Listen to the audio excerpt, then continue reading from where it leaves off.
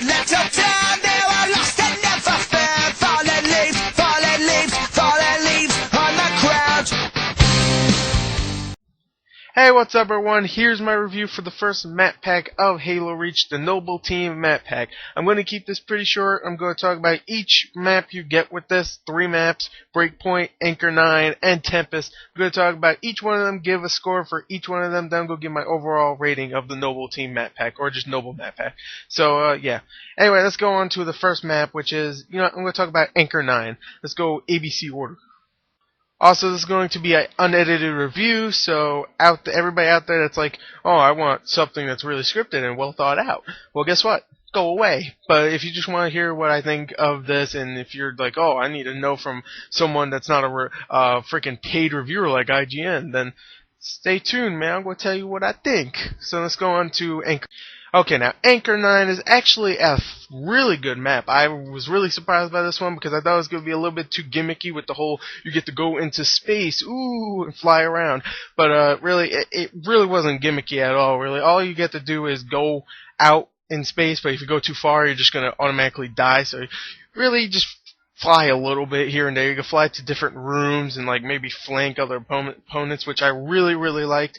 It's also very tight and concealed, so if you're playing with a freaking maybe a 4-on-4, then it's going to feel very fair. It's not going to be like, there's 10 people in this one base all the way on the other side of the map. I have to spawn, go all the way over there just to get killed. So, it's different in this one. I mean, they could still be doing that, freaking 4 people camping in one place, but at least when you spawn, you'll be right there, so you'll just keep dying, besides die, 10 minutes later, die, it's just wasting your time, you know what I'm saying?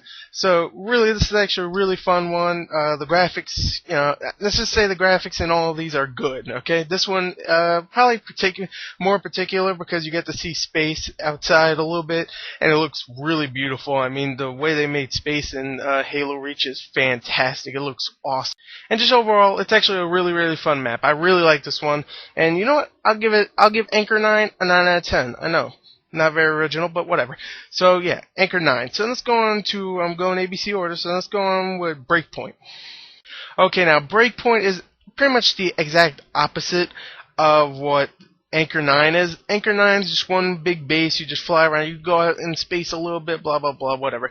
In Breakpoint, I'm sorry, not Breakout. Breakout's a completely different game, but Breakpoint is pretty much, it's a pretty big map. It's mostly a vehicular map, I would say. You get a whole bunch of Banshees, Warthogs, Mongooses, what the hell the Covenant tank called? I forgot. Wraiths, and it's a lot of fun, definitely, with all the vehicular manslaughter going on, freaking people blowing up, man, people flying around getting hit with freaking Banshees, and it's pretty fun. It's definitely a really, really fun map. It's definitely one of the better ones in here, and not saying that in a bad way, but it really is. It's actually a really, really good map.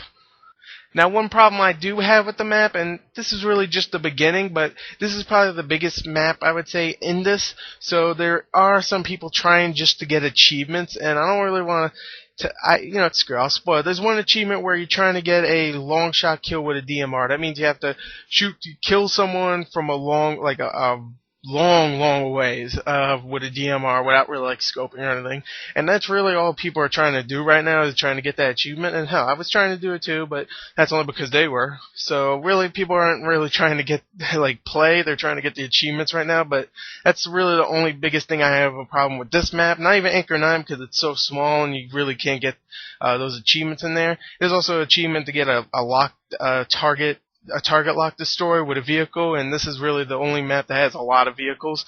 So yeah, you'll definitely be getting all those people that are really wanting achievements, but it's still alright because there's a lot of people still playing for real, not just going, I just want to try to get this achievement, try to DMR from far away, and it's a little annoying, but overall, it's a really good map, very detailed, very cool, has a very snow-like atmosphere to it, and I like it. There's a whole bunch of places you could go. Like you have a whole bunch of sniping areas, a whole bunch of a couple of different bases, and it's a really big map overall. I really like this one. I'm gonna give it an 8.5 out of 10. So let's go on to the last map, the Tempest, or just Tempest. Now Tempest, on the other hand, is it's pretty much exactly like Breakpoint, where it is a huge map, but there is pretty much no vehicles. I mean, there is some vehicles. There's a Warthog, and I think that might be it. I couldn't tell. I think there's just like 2 Warhogs, one on each side, maybe a Mongoose here and there, but it's definitely not like Breakpoint where there's like ghosts and mongooses, banshees, wraiths, and all those. And this one, it's kind of annoying because there's people still trying to get the achievements, like I was talking about, but it's also annoying because really people are camping like crazy in this map. I mean, I guess there's a lot of camping places. I don't know some, but there's like places you can hide in like bushes or something behind rocks and stuff. It's really annoying, and there's a lot of like not teleporters, but like grav lifts. So you'll lift to one side, and people can see you in the air while they're camping, and just snipe you, or just see you crouch and just freaking assassinate you. It's really annoying on this map, and also it's just, like I said, uninspired. It's just a huge map with like a little base here, and it's just rocks and water, and it looks like Forge World. It just looks too much like Forge World, and it's like, I don't like this map. I'll just say right here, some people are actually saying this one's actually the best one. Well, I don't think so. It's actually the weakest one. It's uninspired. It's just So, I'm going to give this one a 7 out of 10. It's really hard to rate these map packs, these maps, because they're maps. Come on, I can't really explain every single little thing to you.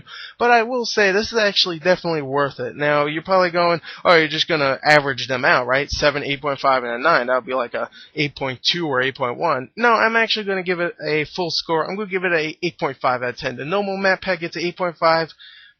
Even though you do have that one weak map, I still think all the other maps are definitely worth it. And hell, even the Tempest one is not bad. Definitely not going to ruin the whole thing.